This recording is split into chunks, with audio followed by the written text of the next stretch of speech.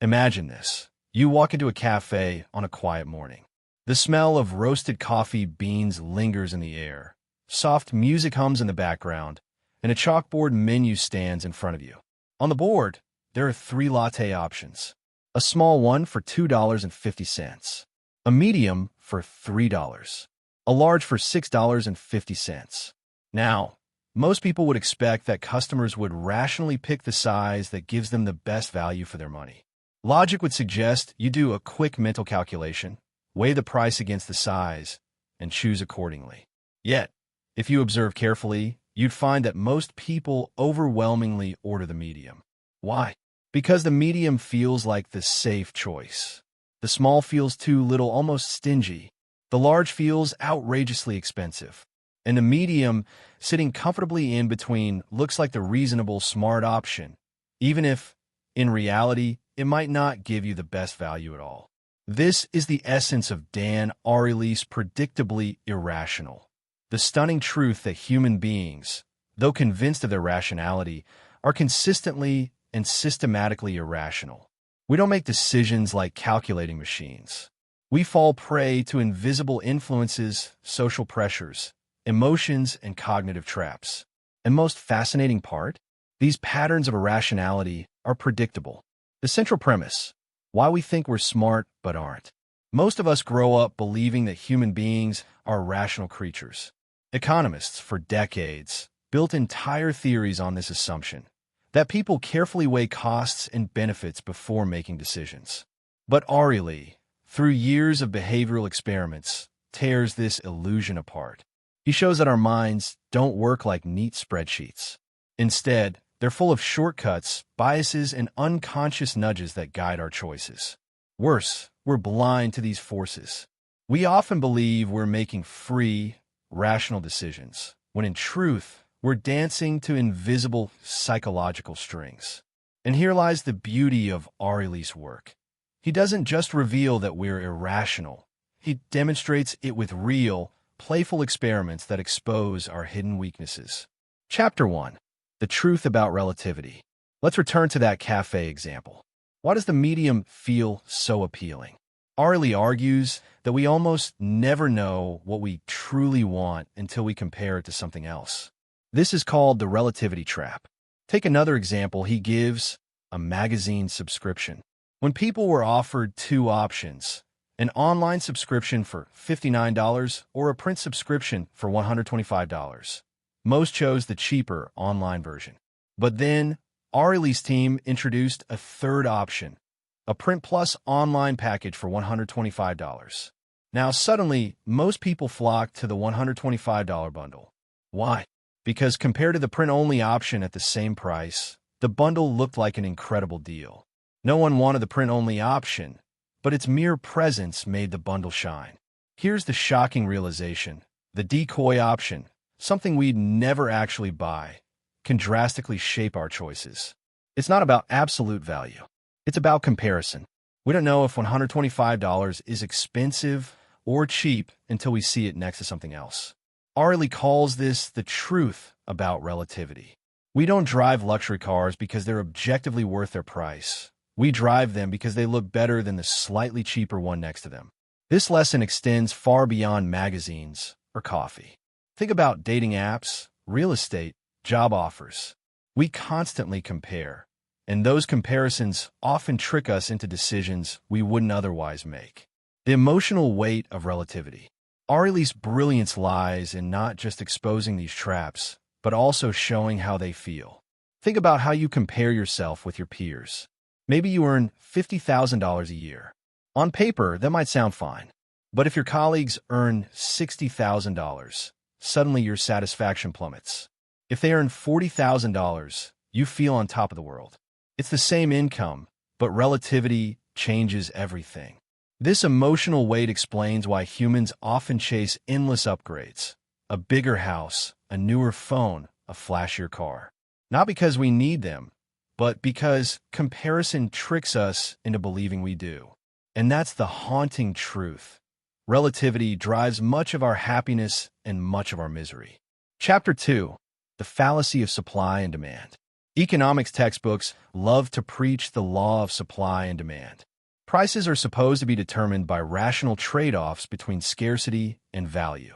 But Ariely shows how false this really is. He tells the story of how a restaurant owner once priced black pearls. At first, no one wanted them. They seemed odd, even worthless. But then, with clever marketing, the pearls were displayed in a luxury Fifth Avenue store next to diamonds and rubies, with an outrageous price tag. Suddenly, black pearls were desirable. The truth? People didn't decide the pearl's worth through some rational calculation. Their value was anchored in our minds by the first price we saw. Anchoring is one of the most powerful psychological forces. The first number we're exposed to sets the tone for how we evaluate everything else. Ariely demonstrated this with a classroom experiment. He asked students to write down the last 2 digits of their social security number. Then he asked if they would pay that amount in dollars for certain items: wine, chocolates, computer equipment. Shockingly, those with higher SSN digits were willing to pay much more than those with lower digits. Why? Because the random number they had in their heads anchored their sense of value. Think about how this plays out in real life. The first salary you're offered, the first rent you pay, the first price you see for a gadget. These numbers stick in your mind and shape what you think is reasonable.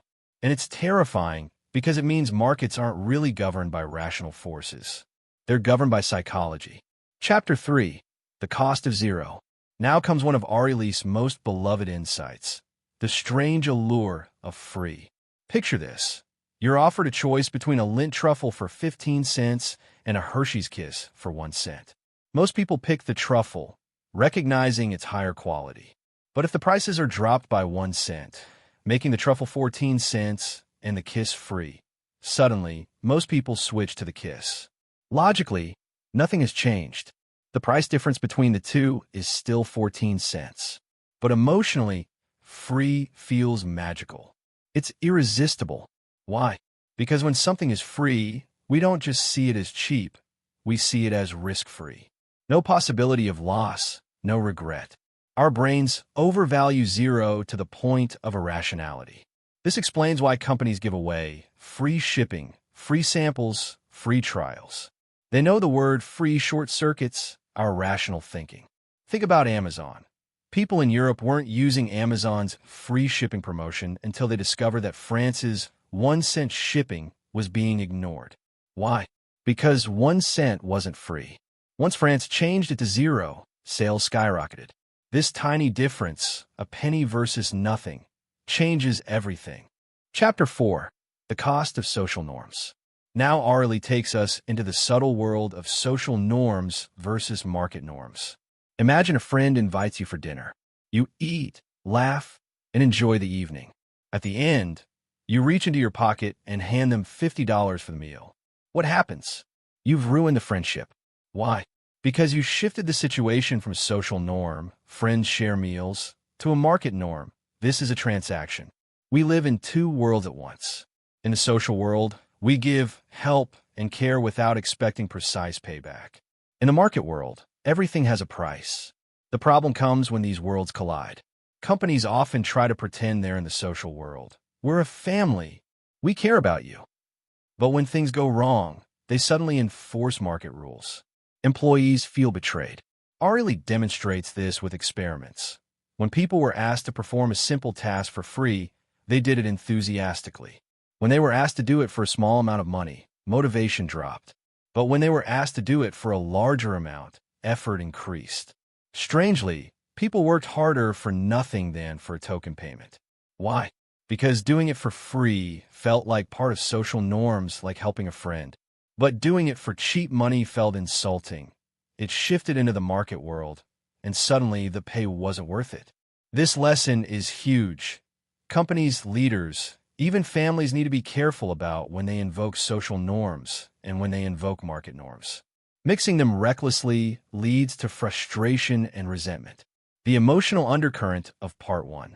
At this point in Predictably Irrational, the reader feels both fascinated and unsettled.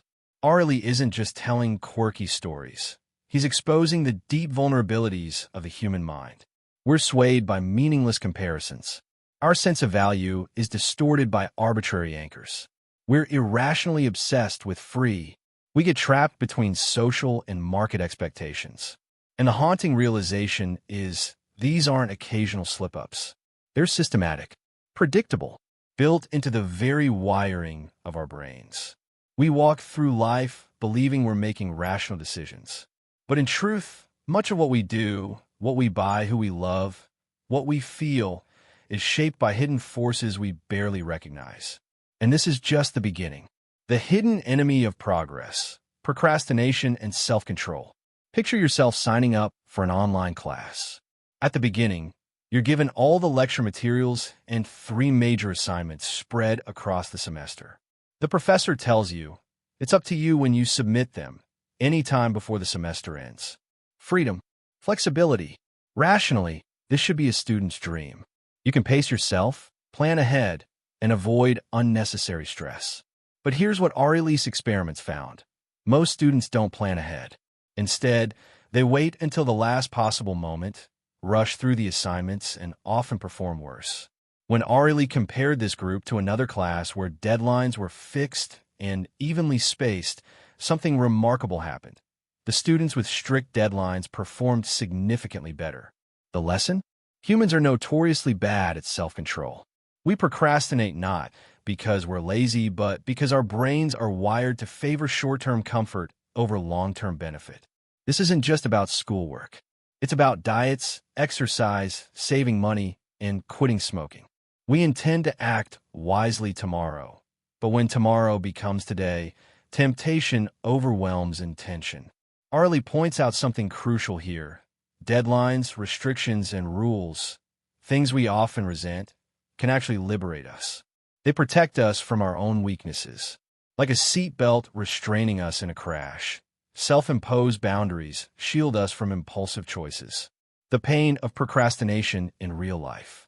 Think of New Year's resolutions. Millions of people declare they'll change, lose weight, save money, learn a skill. Yet by February, most resolutions are broken. Why? Because intentions, without structure, dissolve under the heat of immediate desire. Ariely reminds us, our irrationality isn't random, it follows patterns.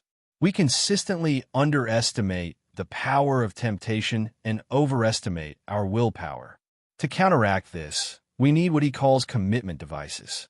These are strategies that lock us into our future intentions. A smoker might give a friend a large check to donate to a hated cause if they relapse. A student might set alarms, penalties, or external deadlines. It's not about strength of character. It's about designing an environment where our weaker selves have fewer chances to sabotage our stronger selves. Chapter 5. The Influence of Arousal. This is one of Ariely's most unsettling explorations. He wanted to know, how do emotions, particularly sexual arousal, alter rational thinking? So he designed an experiment with male college students.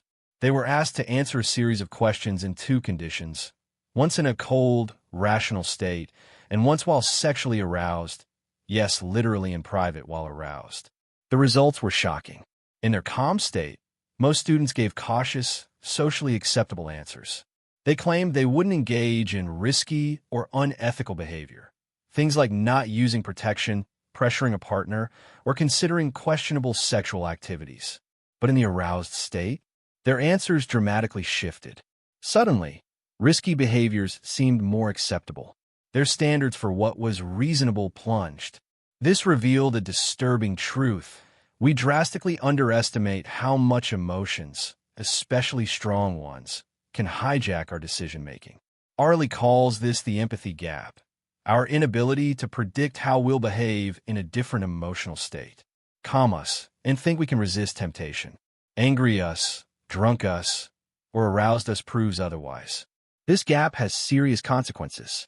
It's why people relapse into addictions, why crimes of passion happen, why negotiations fail, and why self-promises crumble under pressure. The weight of the empathy gap. Think about it. How many times have you said, I'll just have one cookie, only to finish the whole box?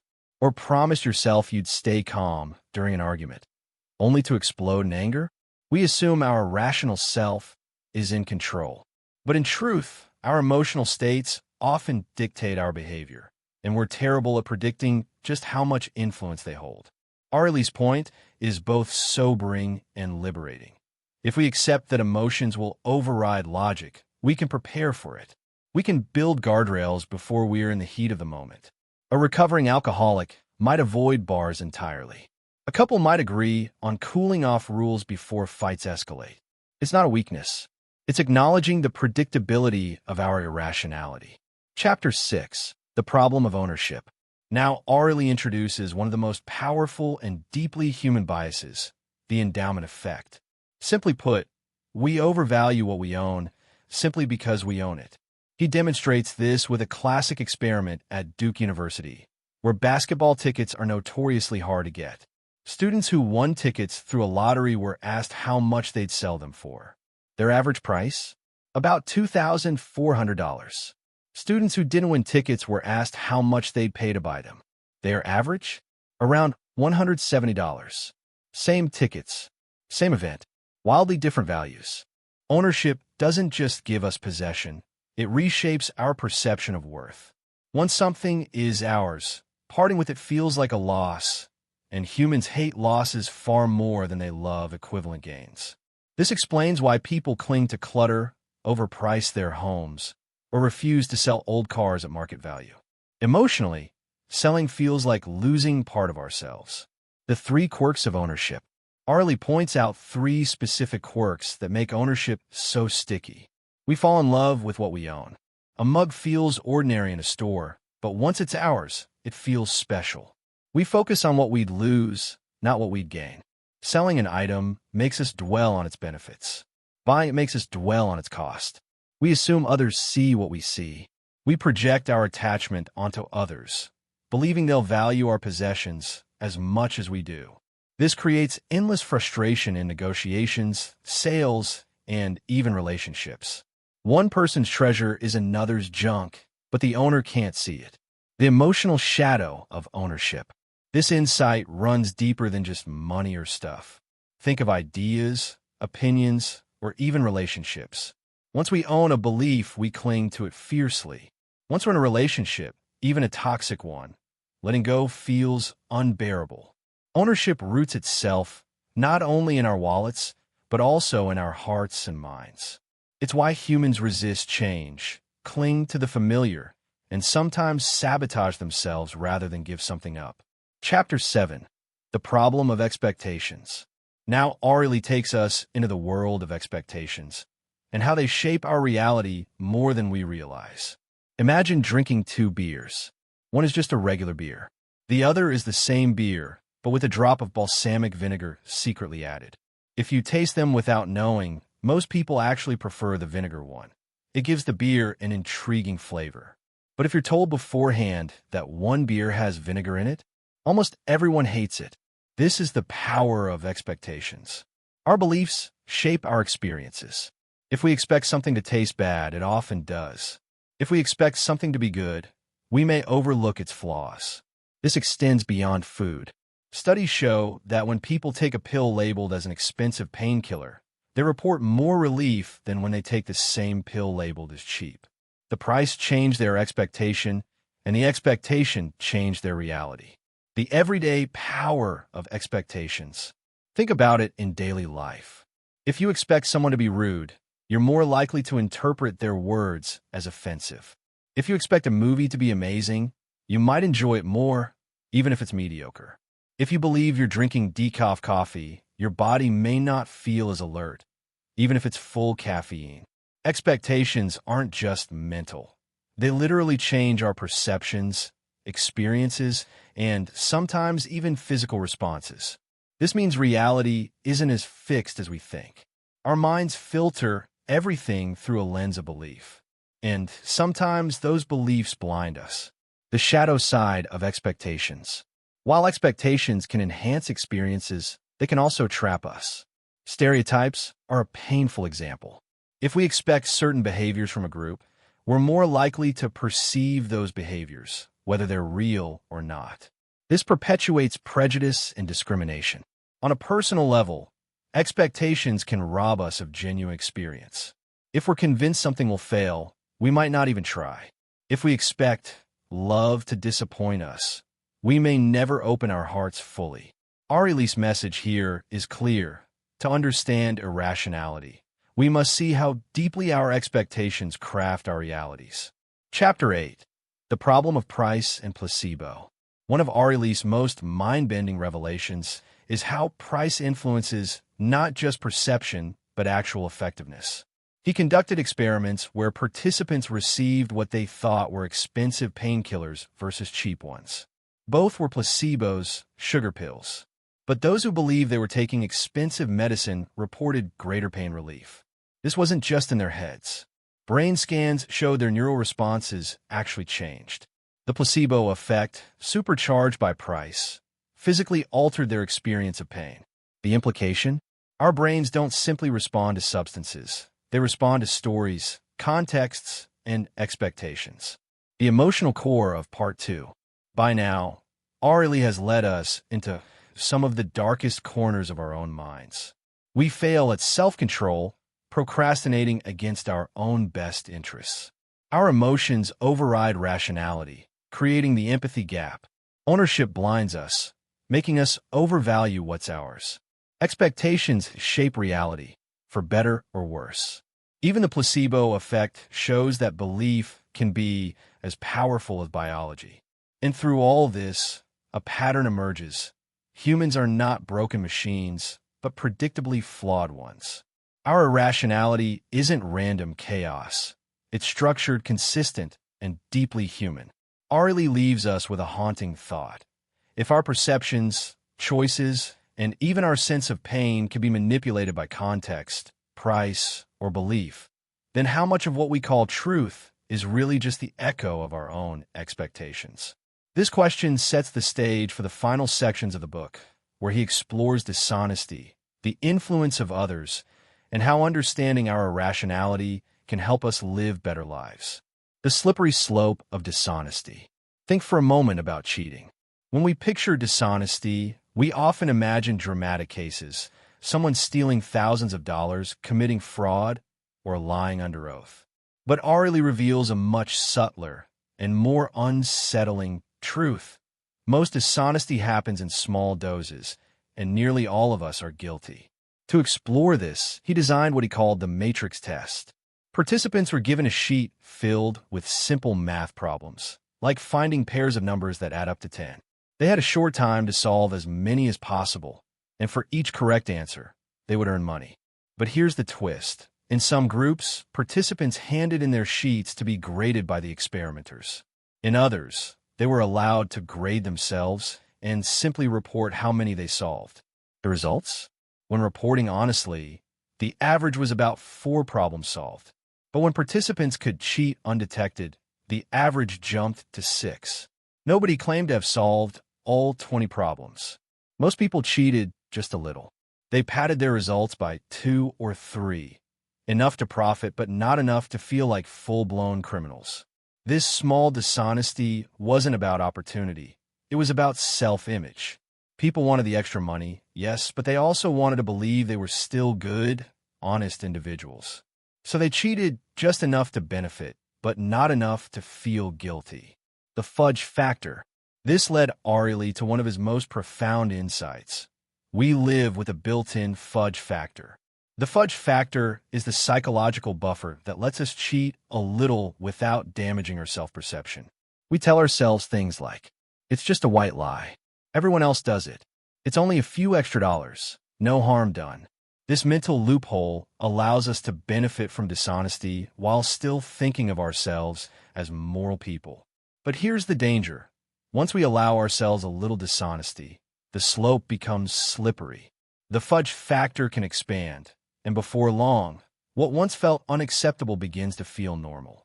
The role of reminders and morality. Ariely tested ways to reduce dishonesty. In one experiment, before taking the matrix test, participants were asked to recall the 10 Commandments. Another group was asked to recall 10 random books they had read in high school. The result? Those who recalled the 10 Commandments reported almost no cheating, while the others cheated at the usual rate. What's more, Ariely repeated the test with groups of self-proclaimed atheists, and even they stopped cheating after recalling the Ten Commandments. The conclusion was shocking. It wasn't religious belief that mattered, but the reminder of morality. Even just signing an honor code or being reminded of ethical principles dramatically reduced dishonesty. This showed that our irrational cheating isn't unstoppable. It's deeply sensitive to context. Money versus tokens. Why indirectness breeds corruption. Another fascinating twist came when Ariely replaced money rewards with tokens. Participants cheated significantly more when they earned tokens, which they later exchanged for cash, than when they earned cash directly. Why? Because the token created a psychological buffer. Cheating felt less like stealing money and more like bending a harmless rule. This insight has massive implications. It helps explain why corporate fraud, embezzlement, and even large-scale corruption flourish. The further removed we are from actual cash or tangible harm, the easier it is to rationalize dishonesty. Think about expense reports, tax loopholes, or fiddling with numbers in accounting. When it's just lines on a spreadsheet or digital tokens, it doesn't feel like theft. But the real consequences remain. The role of others in cheating. Dishonesty doesn't live in isolation. Ariely found that when people witnessed someone else cheating, especially someone from their own group, they became far more likely to cheat themselves. In one experiment, an actor stood up after the Matrix test and claimed an impossibly high score, clearly signaling cheating. When participants saw this happen, they felt freer to bend the rules themselves. Dishonesty spreads like a virus. Seeing others get away with it normalizes it, weakens our self-restraint, and widens our fudge factor. This is why cultures of corruption can spread so quickly within organizations. One person bends the truth, another justifies their own dishonesty by saying, well, everyone else is doing it. Soon it becomes systemic. Chapter 9. The Power of Social Proof. We often think our choices are individual, but Ariely shows that the presence of others profoundly shapes what we do, even when we're not aware of it. Take restaurant tipping. Studies show that when people see others leave generous tips, they're more likely to do the same. When they see others tip poorly, their own generosity shrinks. This is called social proof, the subtle but powerful influence of observing others' behavior. Ariely's experiments highlight that humans aren't independent decision-makers. We're constantly taking cues from those around us, especially when we're uncertain. Think of laugh tracks in sitcoms. Rationally, we know the laughter is fake, but experiments reveal that shows with laugh tracks feel funnier, simply because we're nudged by the voices of others. Or consider product reviews online. Even a single one-star review among dozens of five-star ratings can sway our judgment. Not because it's rational evidence, but because our minds can't ignore the presence of others' opinions. Dishonesty meets social proof. The most dangerous combination is when dishonesty and social proof intersect. If we believe everyone cheats just a little, we feel justified doing the same. If we think no one cheats, we're more likely to hold ourselves accountable. This insight is crucial for leaders, organizations, and societies. The way dishonesty spreads isn't just through opportunity. It's through culture, norms, and silent permission. The psychology of influence in everyday life. Ariely connects these lessons to daily experiences. At work, if coworkers take long breaks or fudge hours, you're more likely to rationalize doing it too. In relationships, if friends normalize lying to partners, it's harmless. You're more likely to adopt the same behaviors. In society, if tax evasion is widespread in a country, more citizens feel entitled to cheat the system. We're irrational not just individually, but collectively. And this predictability means we can anticipate and hopefully disrupt cycles of dishonesty. Chapter 10. The Power of Arbitrary Coherence. Returning to pricing and influence, Ariely demonstrates that initial arbitrary decisions can create long-term patterns of behavior that feel coherent, even though they're irrational. For example, when a person pays a certain price for coffee, that first purchase sets an anchor. Future purchases feel reasonable only in relation to that original arbitrary price. Over time, what was once outrageous becomes normalized. Dishonesty works the same way.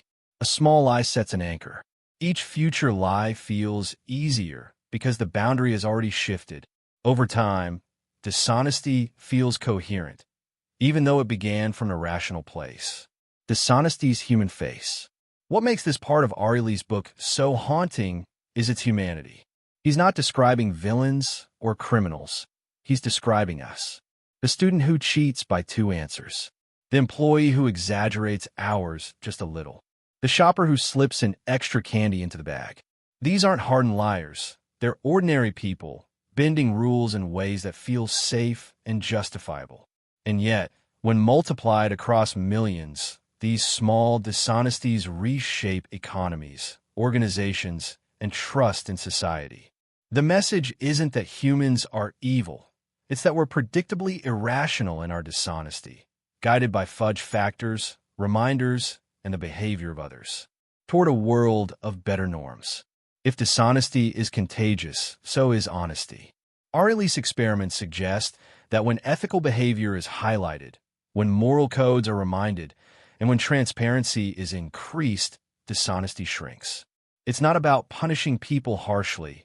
It's about designing environments that make honesty easier and cheating harder. This shifts the conversation away from blaming individuals toward reshaping systems. If we know humans are predictably irrational, then we must build structures that anticipate and counteract those flaws. The emotional core of Part 3. By now, Ariely has peeled back another layer of our irrationality. We cheat, but just enough to feel good about ourselves. We rationalize dishonesty when it's indirect or socially accepted. Our sense of morality is fragile, but also remarkably responsive to reminders.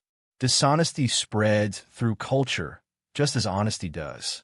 These lessons aren't just intellectual. They're deeply personal.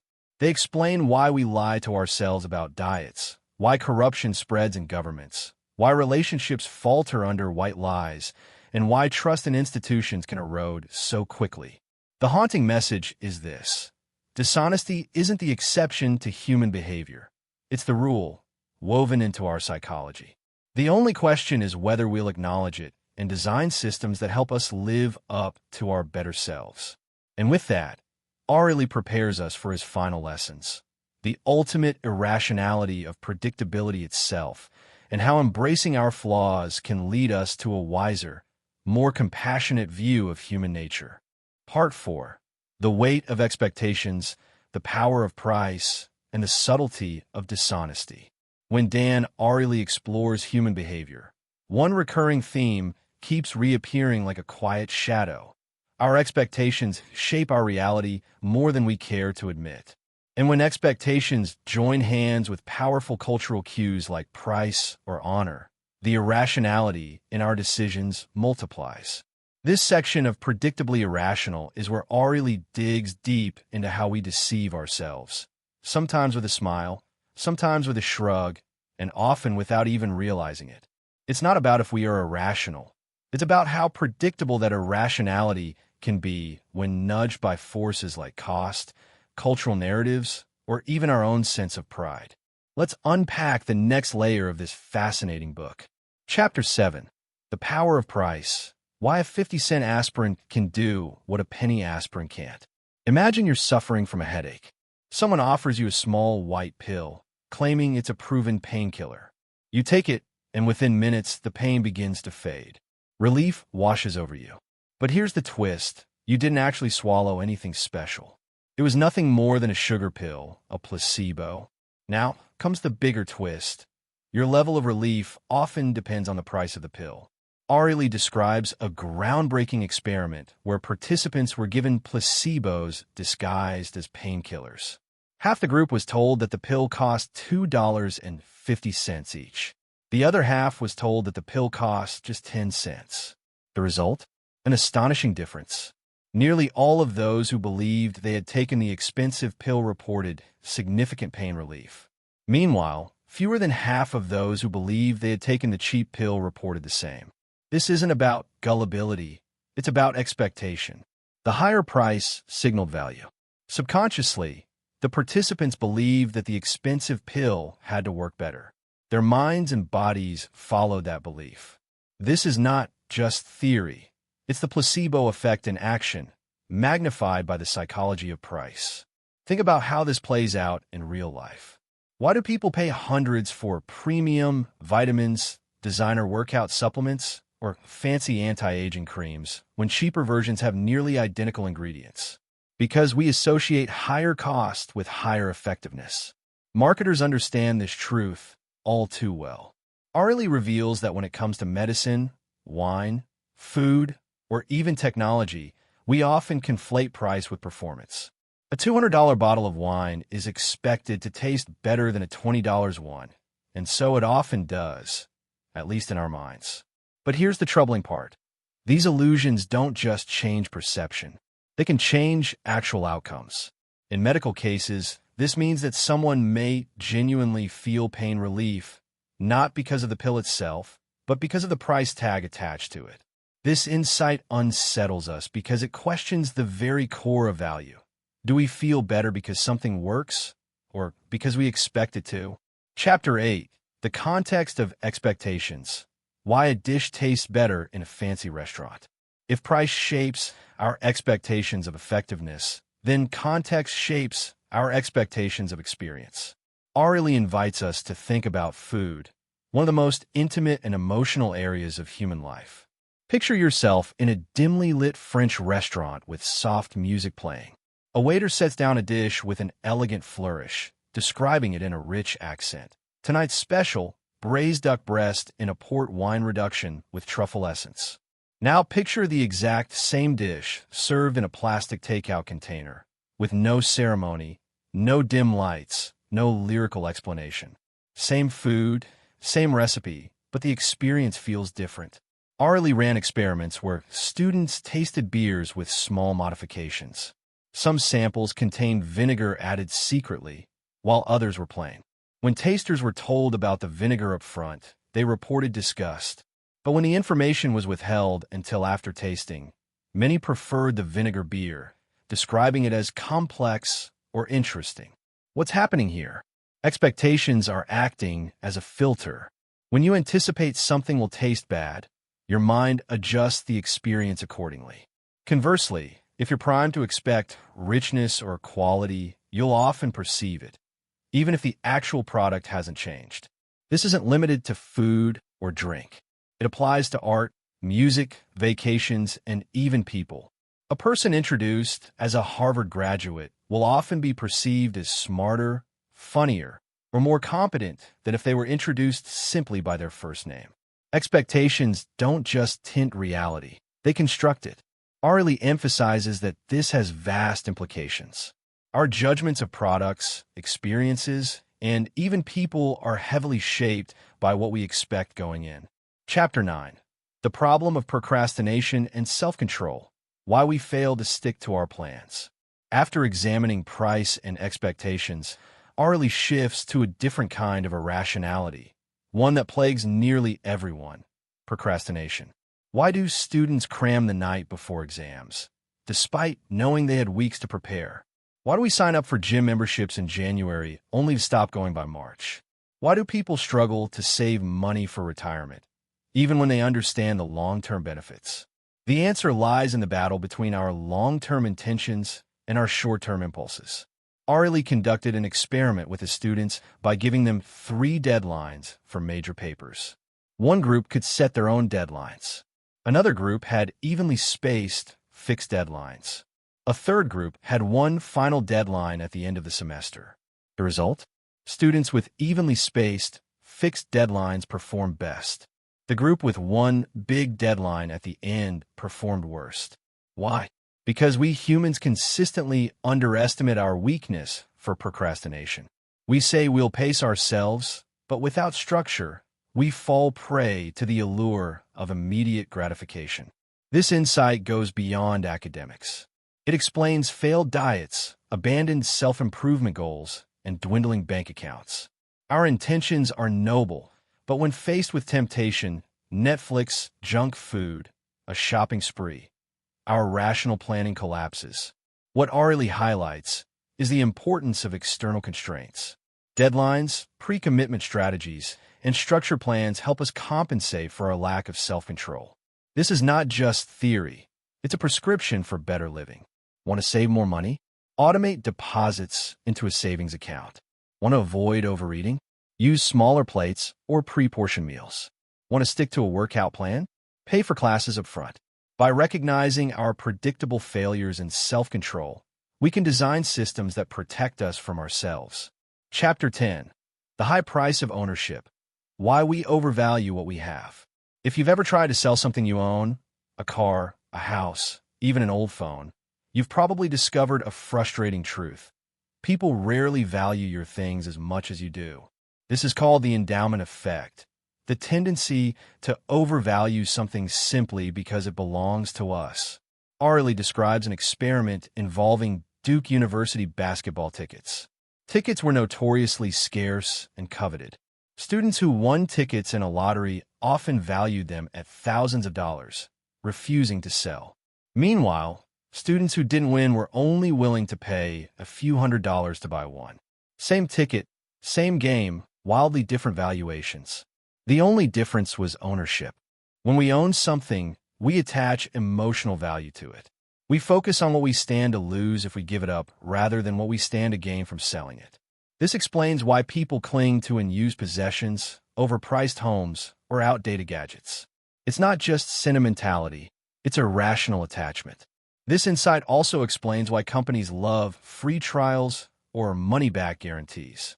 Once you take ownership, even temporarily, you're far less likely to give something up. The high price of ownership reveals that our irrationality isn't only about buying. It's just as strong when it comes to selling, trading, or letting go. Chapter 11. The Cycle of Dishonesty. Why we cheat a little but not a lot. Dishonesty is a touchy subject. Most of us like to think of ourselves as moral people. We don't steal, we don't lie, and we certainly don't cheat. Or do we? Ariely conducted a series of clever experiments to test the boundaries of honesty. Participants were given math puzzles to solve, and they earned money for each correct answer. Some were allowed to self-report their answers with no oversight. The results? People cheated, but only a little. Instead of claiming the maximum possible reward, participants tended to inflate their scores by just a few points. Enough to gain a benefit, but not enough to see themselves as bad people. This is the fascinating paradox. We want to benefit from dishonesty, but we also want to maintain a positive self-image. We live in the gray zone, cheating just enough to profit, but not enough to feel guilty. Even more interesting, the level of cheating rose or fell depending on subtle cues. If participants were reminded of moral standards, like recalling the 10 Commandments before the test, cheating dropped significantly. If they were reminded of financial incentives, cheating increased. The takeaway? Dishonesty is not just about opportunity or risk of being caught. It's deeply tied to identity and self-concept. This chapter forces us to confront uncomfortable truths. We like to believe corruption exists in other people, in corporations, or politicians. But dishonesty is a universal human tendency, showing up in expense reports, tax returns, and even small acts like sneaking extra candy from shared bowl.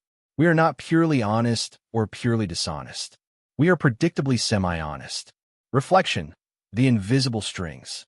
By this point, in Predictably Irrational, Ariely has guided us through a landscape where price shapes healing, context shapes taste, procrastination sabotages our intentions, ownership distorts value, and dishonesty quietly creeps into everyday life. It's unsettling to realize how fragile rationality really is. The way we feel about medicine, food, possessions, or morality isn't grounded in logic. It's crafted by invisible forces, expectations, self-image, and subtle nudges from the environment. But Ariely doesn't present this to depress us. He presents it to empower us. By shining a light on these blind spots, he suggests we can begin to see the strings and perhaps, just perhaps, start tugging them in ways that serve us better. Part 5. Social norms, free lunches, and the placebo of imagination. By the time Dan Ariely leads us into this stretch of predictably irrational, the ground beneath our understanding of rational decision-making has already been shaken. We've seen how price alters pain, how ownership warps value, and how even our sense of morality bends conveniently when temptation whispers. But Ariely doesn't stop there. He goes deeper into areas of life where irrationality isn't just about money or value. It's about the invisible codes we live by, the stories we tell ourselves, and the silent pressures of society. Here, irrationality isn't merely a weakness. It becomes a rulebook we unknowingly follow. Chapter 12. The social norms that rule our lives. Every day, we live in two overlapping worlds. One is governed by market norms, transactions, payments, contracts, and obligations. The other is ruled by social norms, the unspoken rules of friendship, kindness, reciprocity, and community. Ariely explains that these two worlds don't mix well. Consider this. Imagine helping your neighbor carry a couch up the stairs. You do it gladly, as an act of goodwill. But what if, after you finish, your neighbor pulls out a $5 bill and says, "Here, thanks for your trouble"? Suddenly, the gesture feels insulting. Why? Because a social act of kindness has been degraded into a market transaction. This phenomenon is everywhere. In relationships, we don't charge our friends for picking them up from the airport. At family dinners, we don't hand a bill to our mother for the lasagna. The moment money enters the equation, the warmth of social norms collapses. Ariely shows that companies often misunderstand this balance. For instance, when a business says we're like family but then treats employees with strict market rules, cuts, layoffs, or rigid pay systems, workers feel betrayed. Why? Because the company violated the social contract it pretended to uphold. But here's the kicker. Social norms are powerful motivators. People will work harder for free if they feel it's part of a social relationship than if they're paid a token amount. That's why charities succeed with volunteer labor, and why friends will happily sacrifice time for each other without resentment. The clash of social and market norms reveals just how irrational our sense of fairness and value really is. We're not calculators, we're storytellers, and the story matters more than the math. Chapter 13.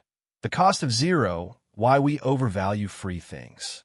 Few things captivate the human mind like the word free. It sparks excitement, joy, and often irrational decision-making. Ariely shares an experiment involving chocolate. Two types were offered. Lindt truffles, high quality, usually expensive, at 15 cents, and Hershey's Kisses, lower quality, common, at 1 cent. Most people chose the truffle, recognizing the better deal. But then, the prices were lowered by 1 cent each. Truffles for 14 cents, Kisses for free. Suddenly, the majority switched to the free kiss, even though the relative value hadn't changed. Why? Because free carries emotional weight beyond logic. Free isn't just cheaper. It feels like a gift, a win, a riskless decision. The zero cost removes hesitation, fear of loss, or regret. We leap toward it. Think about free samples in grocery stores, free shipping on online orders, or buy one, get one free offers. Companies know that free doesn't just change buying patterns, it changes emotions. But Ariely warns, free often blinds us. We grab freebies we don't need, choose inferior products, or waste time chasing free offers because the idea of zero cost overwhelms rational comparison. In life, the lure of free shapes choices in relationships, careers, and even politics. We may choose free advice from a friend over paid expert guidance, or free entertainment that consumes our hours instead of paid content that could enrich us. Free isn't really free. It costs us in unseen ways. Chapter 14. The Role of Placebo and Imagination in Decision-Making. If price and expectations can alter physical experiences, Ariely asks, what about imagination? He recounts experiments where people were given an energy drink before performing mental tasks. Some drinks were sold at full price, others at a discount. Those who paid full price performed better on puzzles, believing the drink gave them more energy. But the kicker is this. The drink itself was just a placebo. The improvement came not from the caffeine, but from belief. This idea extends to countless areas of life. Think about performance-enhancing rituals, lucky socks before a sports game, power poses before an interview, or motivational mantras. Do they really work? Or does the belief itself unlock the benefit? Ariely suggests it doesn't matter. The placebo of imagination is real. It doesn't just change perception, it changes outcome. Yet there's a darker side. Placebos also mean that overpriced health supplements, luxury cosmetics, or miracle diets continue to thrive. Not because they're effective, but because we convince ourselves they are. The more we pay, the more we expect, and the more our imagination delivers. The uncomfortable question is this: are we victims of our own minds, or are we harnessing its hidden power? Chapter 15, When Emotions Take Over Logic. While discussing imagination and placebos, Ariely pivots to another form of irrationality: how emotions hijack decision-making. He conducted experiments where participants were asked questions about risky behavior while in a calm state, and again while aroused emotionally or sexually. The results were shocking. In a calm state, people claimed they would act responsibly, avoid risks, and respect boundaries. But in heightened emotional states, their answers shifted dramatically. They admitted they would make choices they'd never consider rationally. This gap between our cool state and our hot state reveals one of the biggest flaws in human self-control. We consistently underestimate how much emotions warp our judgment. It explains why people make impulsive purchases, say things they regret in anger, or take reckless risks in moments of passion. In the heat of the moment, logic is drowned out. The lesson here is sobering. Knowing our weaknesses isn't enough. We must design safeguards for ourselves when calm, because once emotions take over, we are predictably irrational. Chapter 16, How Standards Shift Over Time. Ariely then introduces another subtle but powerful force: adaptation. When something once seemed shocking, like high prices, inequality, or unethical behavior, over time, it can become normal. Slowly, our standards shift. This is how people adapt to unfair work conditions, toxic relationships, or bad habits. We tell ourselves it's not so bad until it becomes part of life. This phenomenon explains why society tolerates corruption or injustice. What begins as an outrage, with repetition and familiarity, becomes accepted. Ariely urges readers to question not just immediate choices, but also the slow creep of changing standards. Our irrationality isn't always loud. It can be quiet, patient, and dangerously subtle. Reflection: the hidden currents beneath our choices. By the end of this section, Ariely has revealed forces that go beyond price tags and deadlines. He's shown us how social norms dictate loyalty and fairness, how free blinds our logic, how placebos and imagination alter performance, and how emotions and adaptation quietly steer our lives. The unsettling truth: we aren't just irrational, we're irrational in predictable, patterned ways. And these patterns shape our relationships, our markets, and our moral boundaries. But Ariely's message isn't hopeless. It's a call to awareness. If we know that freedom seduces us, that emotions hijack us, that ownership distorts us, we can build systems, habits, and cultures that lean into our flaws rather than fight against them. In other words, irrationality doesn't just expose our weakness. It offers a map. Part 6, Designing a World for Irrational Beings. By this point in the book, Ariely has stripped away the comforting illusion that humans are rational creatures. He's shown, chapter after chapter, how we are swayed by price, expectations, ownership, emotions, and social norms. He's revealed how procrastination, dishonesty, and the lure of free drive decisions that make no logical sense. And yet, these patterns are so consistent that they can be predicted with astonishing accuracy. But Ariely is not a cynic. His message is not that we are hopelessly flawed, but that we are beautifully, predictably human. The final chapters of Predictably Irrational focus on what we can do with this knowledge. how awareness and design can transform irrationality from a weakness into a guide. Chapter 17. Rethinking Market Systems, Designing for Humans, Not Machines. Traditional economics assumes that markets function best when left alone, guided by rational actors. Ariely flips this assumption upside down. If people are predictably irrational, then markets built on rational assumptions will consistently fail to serve them. Take credit cards, for example. The system assumes consumers will use credit wisely, weighing interest rates and long-term consequences. But reality shows otherwise. People overspend, underestimate debt, and trap themselves in financial cycles they never anticipated. Or healthcare.